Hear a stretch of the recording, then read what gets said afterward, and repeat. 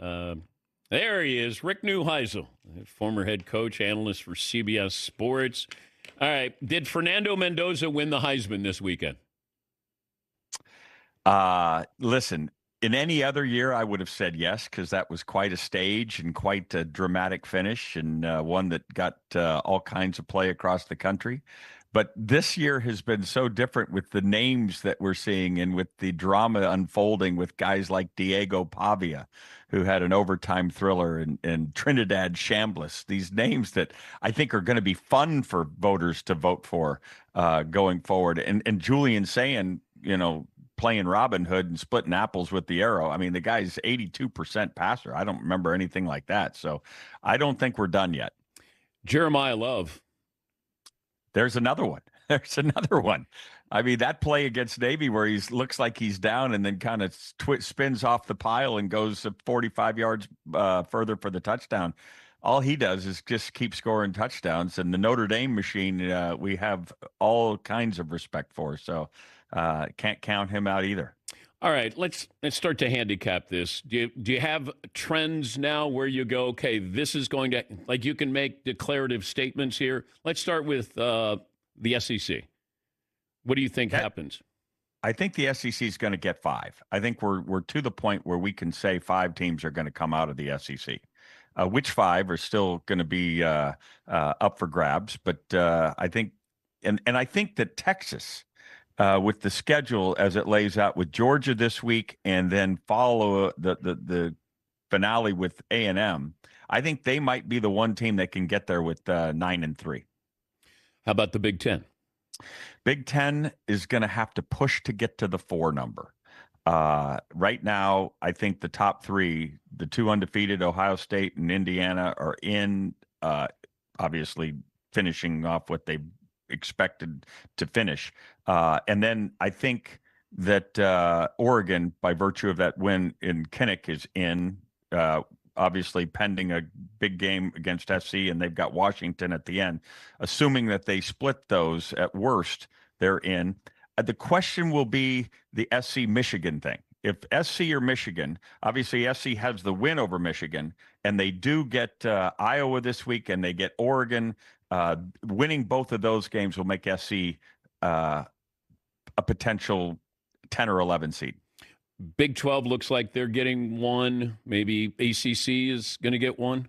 I think Big 12 has a chance for 2 based on Utah starting at 13, because I think Utah is playing good football. The fact that Texas Tech won that game was great for Brett Yormark. Had Texas Tech taken a loss, I think it would have been 1. ACC for sure is 1. Talking to Rick Neuheisel, CBS Sports college football analyst, former college football head coach. A lot of rumors out there. Always. A lot of rumors. How about Lane Kiffin having Florida come to town legally? You think there's going to be a 24-hour security around his home and everything? What do you think Lane does? I think he stays. The SEC, based on the paradigm we've got right now, where you just kind of pay, there's really no advantage any longer to have the blue blood reputation as long as you got the greenbacks in your pocket. And Ole Miss has proven and shown Lane that they'll go out and do what he thinks is necessary. He's got the acumen and the energy to go out and recruit guys like Trinidad Chambliss and go and check on him rather than just reading it off the film. So I think he stays. He's saying how happy he is, and he's got a chance to prove it. I was talking to somebody who said, get ready for chaos this offseason with the college coaches. Now, I don't know what chaos, how you would define that, but he says that coaches that you don't think would move, or athletic directors who you don't think would move their coach, things are going to happen. Yeah, I think we're at a point of affordability. I think if Lincoln Riley, for instance, wanted to go back to Texas, if there was a place in Texas that he could go and get a great number, I think he'd leave Los Angeles. And I think the Trojans would be happy to say that's okay, because it's expensive to have a guy that's making, 8 figures as your coach.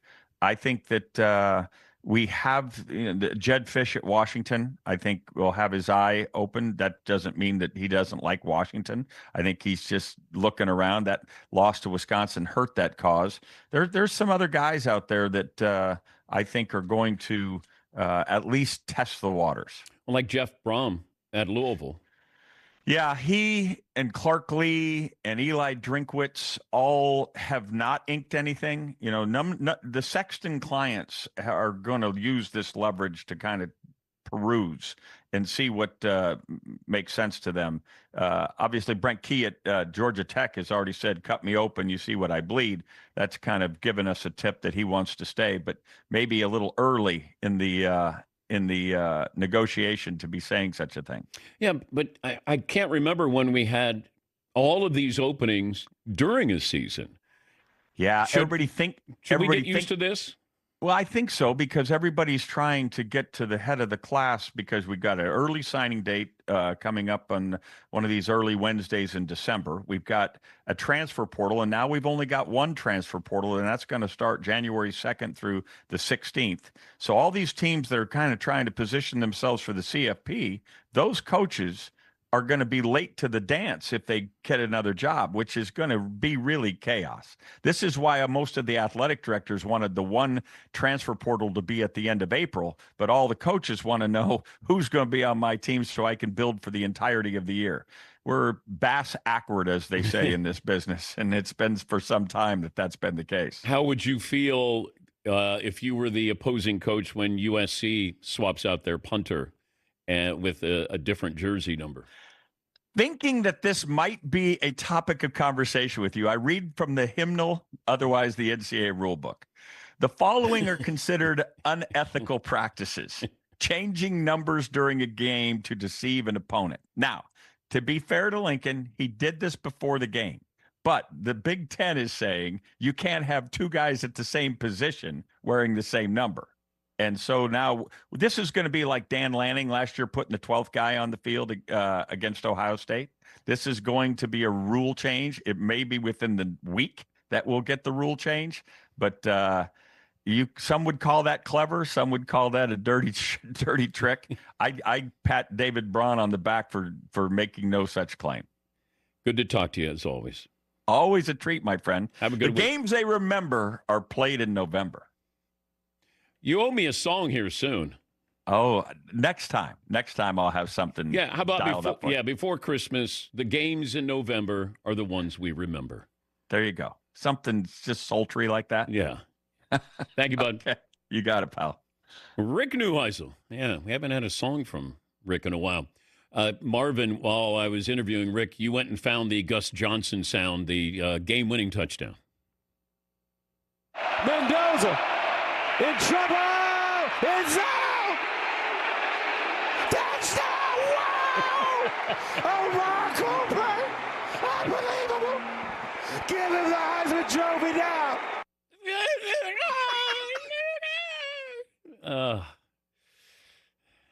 See, we can laugh at that a little bit. When you're in the moment and you're calling a game and it's back and forth, the importance, that might be the biggest play in college football so far this year. When you realize what was at stake there. And to stay in the national title picture, to be able to go toe-to-toe with Ohio State. And, Penn State was going to eventually show you that they still do have a lot of talent. Even though James Franklin got fired, they've lost their quarterback as well. And they gave Indiana a incredible match, a test. Yeah, Paulie. I still go back to, it's still so surreal to see where Indiana football is. If Penn State held on, the headline would be Penn State upsets number 2 Indiana at home. If I told you that 20 years ago that would ever be a headline, it's surreal. Even 5 years ago, yeah. 3 years ago. Now the pressure's on Indiana basketball.